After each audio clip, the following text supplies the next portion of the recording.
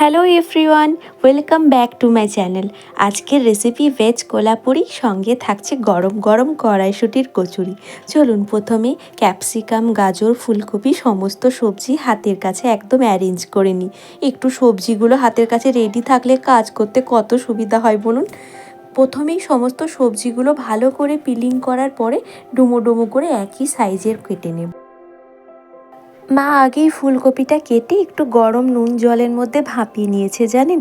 শীতের শেষের কপি তো এভাবে ভাপিয়ে নিলে গ্যাস অম্বলটা মোটেই হয় না। পেঁয়াজটাকে দুরকমভাবে কাটতে হবে। পেঁয়াজের পাপড়িগুলো ছাড়িয়ে নিচ্ছি, ঠিক যেইভাবে আপনারা পনির দু পেঁয়াজাতে পেঁয়াজ কাটেন। বাকি পেঁয়াজ ছোট করে কেটে নিয়েছি। কুকিং শুরু করার মোটামুটি 1 ঘন্টা মতো আগেই পনিরটা ফ্রিজ থেকে বার করে নিয়েছিলাম।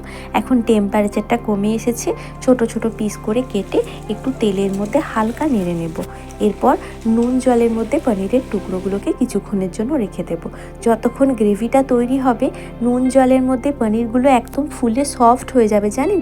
এতে কি হয় জানেন, নুনটা খুব সুন্দর করে পনিরের মধ্যে ঢুকে যায়। ওই একই তেলে সমস্ত সবজি ভালো করে নেড়ে নেব। গাজর আর ফুলকপিটা আগে দেবেন। সমস্ত সবজির কুকিং টাইম তো আলাদা আলাদা হয়। পরে ক্যাপসিকামটা অ্যাড করে নেড়ে নেবেন। সবার শেষে দিয়েছিলাম আমি পেঁয়াজের পাপড়িগুলো। গাজর আর ফুলকপিটা তো একটু সেদ্ধ হতে দেরি হয়, তাই ওগুলো আগে দিয়েছিলাম তেলে। এবার সমস্ত কিছু ভেজে তুলে নিলাম। ওই একই তেলে একটু ফোড়ন দিয়ে একে একে কেটে রাখা পেঁয়াজ, আদা, টমেটো আর বাদাম সমস্ত কিছু একবারে নেড়ে নেব। এই রান্নাতে আপনারা টমেটোটা বেশি করে অ্যাড করবেন, কিন্তু রসুনটাকে স্কিপ করতে পারেন। রসুনটা কিন্তু একেবারেই বেমানান। ভালো করে ভেজে নেওয়ার পরে বাদামটা অ্যাড করে দেব। আপনারা কাজু, আমন্ড, চীনাবাদাম, কাঠবাদাম যা খুশি অ্যাড করতে পারেন। গ্রেভির মশলাটা ভাজা হয়ে গেলে একটা প্লেটে তুলে নিয়ে ঠান্ডা করে নিতে হবে। ঠান্ডা হয়ে যাওয়ার পরে একটা ব্লেন্ডিং জারের মধ্যে শিফট করে দেব। একটু পোস্ত অ্যাড করে পুরো মশলাটার একটা মিহি পেস্ট বানিয়ে নেব। আপনারা অবশ্যই এটাকে প্রথমে ঠান্ডা করে নেবেন, তারপরে পেস্ট করবেন। এবার ওই একই তেলে একটু মৌরি ফোড়ন দিয়ে পেস্ট করা মশলাটা অ্যাড করব। মশলাটা যেহেতু আগে থেকেই ভাজা আছে, বেশি সময় লাগবে না। এরপর একটু ঘি অ্যাড করে দিলাম, আর প্রয়োজন মতো একটু চিনি অ্যাড করলাম। নুন মিষ্টিটা আপনারা নিজেদের প্রয়োজন মতো অ্যাড করবেন। ভেজে রাখা সমস্ত সবজি অ্যাড করে দেব।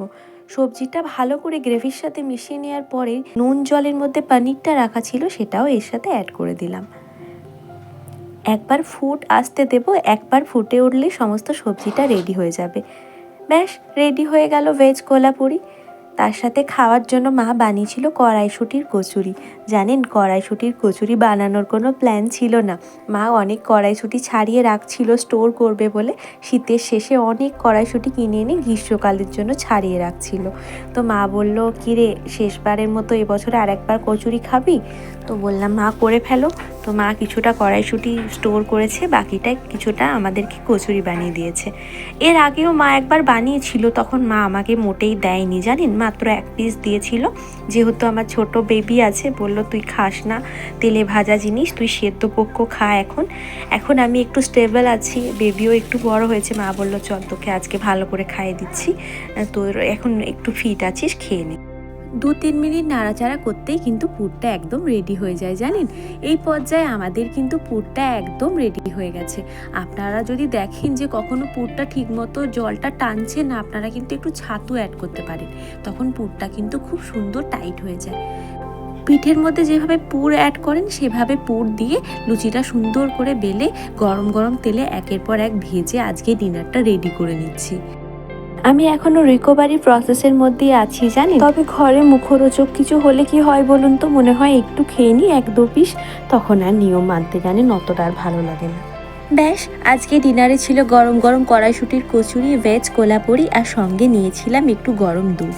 আজ তাহলে এই পর্যন্তই। ভালো থাকবেন সকলে, চ্যানেলটি সাবস্ক্রাইব করে পাশে থাকবেন।